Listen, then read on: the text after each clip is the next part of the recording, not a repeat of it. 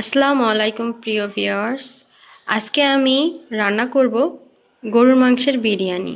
তো রান্না করতে গেলে আমার প্রয়োজনীয় এই উপকরণগুলো লাগবে। প্রথমে আমরা মাংসটি ম্যারিনেট করে নেব। প্রথমে দিয়ে দিলাম রসুন বাটা, জিরা বাটা, আদা বাটা, পেঁয়াজ বাটা, 1 চামচ লবণ। এখন আমরা দিয়ে দিচ্ছি 2 কাপ দই। এটা টক মিষ্টি দই। দইয়ের পরিমাণটা আপনি যত বেশি দিবেন ততই মজা হবে বিরিয়ানিটা।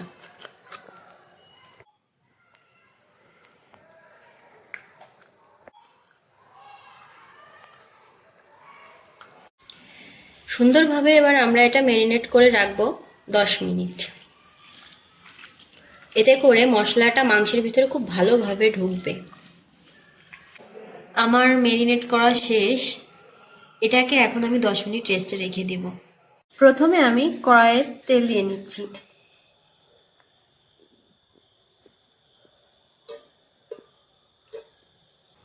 প্রথমে আমরা পেঁয়াজের বেরেস্তাটা করে নেব।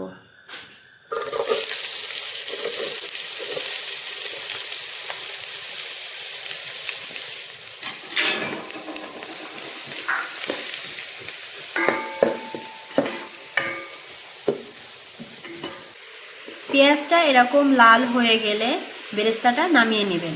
ভাজি করার পর যে তেলটা ছিল তার সঙ্গে সামান্য তেল দিয়ে নিচ্ছি, এটা মাংসটা কষানোর জন্য।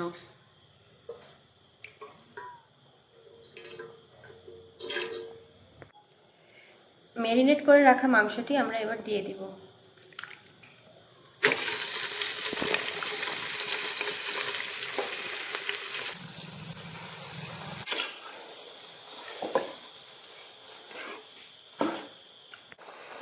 আমরা বিরিয়ানি রান্না করার জন্য এই মশলাটি ব্যবহার করছি, এসিআই পিওর রেডি মিক্স শাহি বিরিয়ানি মশলা। মশলাটি এখন দিয়ে দিলাম।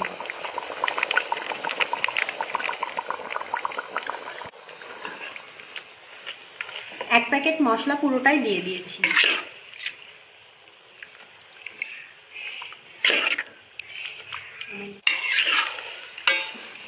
ভিউয়ার্স, মাংস নাড়াচাড়া করার পর মাংসের গা থেকে এরকম পানি বের হবে।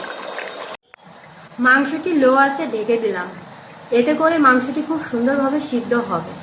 ঢাকনাটা উঠিয়ে মাঝে মাঝে নেড়ে চেড়ে নেবেন, না হলে মাংসটা ধরে যাবে। 30 মিনিট পর ফিরে আসলাম। মাংসের পানিটা দেখেন কি সুন্দর শুকায় গেছে আর কি দারুণ একটা কালার আসছে। এখন এই মশলাগুলো দিয়ে দিব। এখানে আছে দারচিনি, 6 থেকে 7টি এলাচ, 7টি লবঙ্গ, 3-4টি তেজপাতা, 7টি গোলমরিচ। এখন আমি এগুলো দিয়ে দিব। এবার এই মশলাগুলো দিয়ে আরও 5 মিনিট কষিয়ে নিব। তারপর এর ভিতর আমরা চালটা ঢেলে দিব।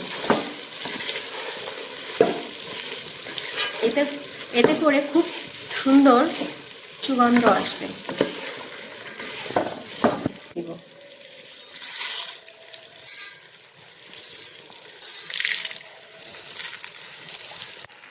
এবার সুন্দরভাবে নাড়াচাড়া করে দিতে হবে।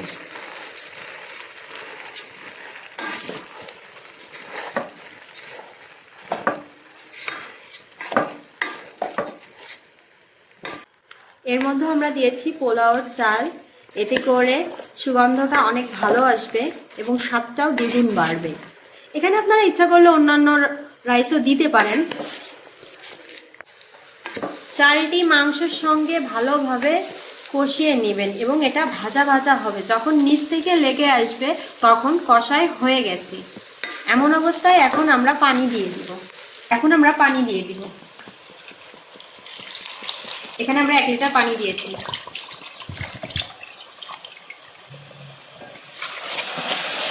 এরপর সুন্দরভাবে নেড়ে চেড়ে দেব।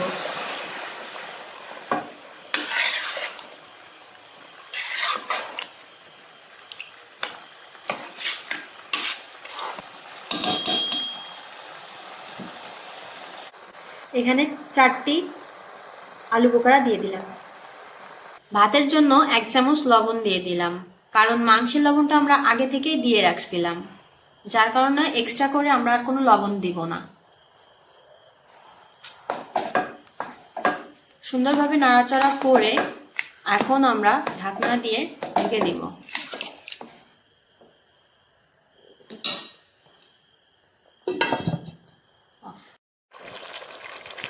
8 থেকে 9টি কাঁচামরিচ দিয়ে দিলাম।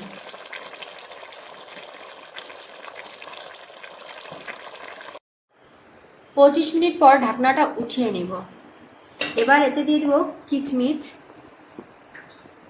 বেরেস্তাটা দিয়ে 1 মিনিট ঢাকনা দিয়ে ঢেকে নামিয়ে নিব। এটা আমাদের বিরিয়ানির ফাইনাল লুক। হয়ে গেছে বিরিয়ানিটা। এখন এটা পরিবেশন করব।